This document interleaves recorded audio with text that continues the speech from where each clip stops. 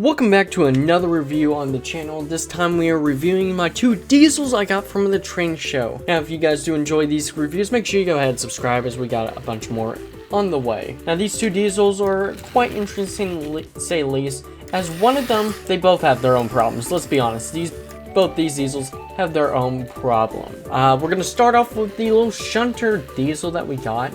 Now, this was a little $10 diesel that I got and was the first diesel that I got at the train show and the first one I tested to see if it worked. And well, it right off the bat worked straight off. And one of the things I've noticed that is a constant problem with this one diesel is it cannot pull much of a load. Now, it can somewhat push and shove a bit of a load that it might have, but it's just, it can't really do anything too much. It can pull like 2 cars, maybe a really long passenger if it's lucky. But outside of that, it really can't do anything, as the motors will start burning up and you have to increase the speed for it to barely gain any ground. Outside of that, it rocks a nice old black, silver, and red color scheme. It's an interesting take. I believe it's a Santa Fe engine. Not 100% sure on that one though. You know, with the silver through the center, the red on top and black on bottom to cover the wheels.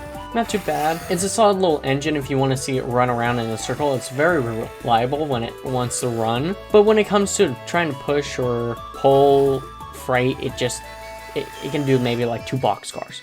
And that's really it. It's nothing too good to look at, to say the least. And this is where we move on to problem child number 2, which is the Norfolk and Western 1776 color scheme engine. Diesel engine. Freight engine, whatever you want to say. And well, originally this engine was supposed to be in the non-running engines, as the only thing when I originally got this engine and tested it was the lights came on, and that was it. It was not until actually I put it with a different transformer with some different electrical wires with it, and it started working all of a sudden by itself, which I was like, wow, okay, great. And now this engine does run kinda smoothly. It jumps and jitters here every once in a while. It's not the best thing, but it's, you know, at least it somewhat runs. And on a very clean track, and it can be very smooth, as long as it has a lot of power in the track.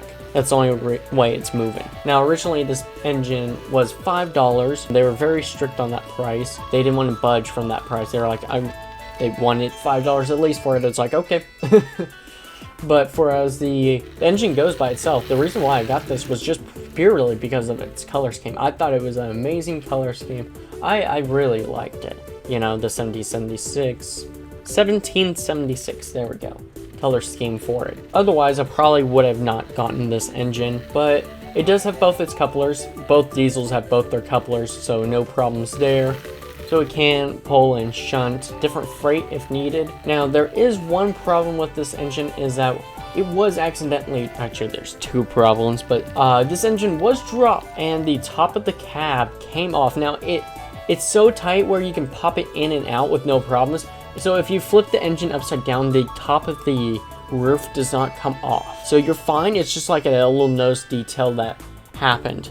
But the other problem with this engine is some of the rail guards on the side of the engine are just straight missing. They're just completely missing from it, which is never the best thing, but you know, I really don't notice it unless it's really pointed out in the first place.